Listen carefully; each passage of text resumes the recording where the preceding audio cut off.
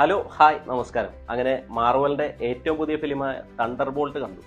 Cinema എങ്ങനെയാണെന്ന് വെച്ച് കഴിഞ്ഞാൽ എനിക്ക് ഇഷ്ടപ്പെട്ടില്ല സിനിമ. എനിക്ക് ഭയങ്കര ബോറിംഗ് ആയിട്ടാണ് ഈ ഫിലിം അനുഭവപ്പെട്ടത്.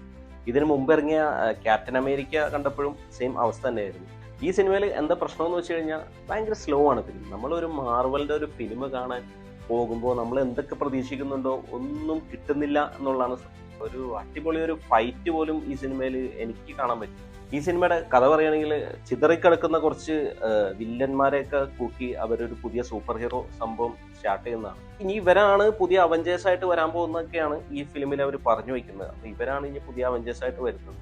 ഇതിനു മുമ്പ് നമ്മൾ അവഞ്ചേഴ്സും മാർവൽസിലെ ക്യാരക്ടേഴ്സിനൊക്കെ നമ്മുടെ മനസ്സിൽ കിടക്കുന്നതുകൊണ്ട് ഇവരെ അങ്ങോട്ട് അക്സെപ്റ്റ് ചെയ്യാൻ പറ്റുന്നില്ല. അതാണ് ഒരു മെയിൻ സംഭവം. പിന്നെ ഇതിൽ കുറച്ച് ഒന്ന് ഇൻട്രസ്റ്റിംഗ് ആയിട്ട് തോന്നിയത് ലാസ്റ്റ് കുറച്ച് പോർഷൻസ് ആണ്. ലാസ്റ്റ് വരുമ്പോൾ ഇവരുടെ ക്യാരക്ടേഴ്സിന്റെ ബാക്ക് സ്റ്റോറിയിലേക്ക് പോകുന്ന ഒരു സംഭവമൊക്കെ ഉണ്ട്. അതിൽ നിന്ന് ഇങ്ങനെ മാറി മാറി മാറി അതൊക്കെ നല്ല ഇൻട്രസ്റ്റിംഗ് ആയിരുന്നു.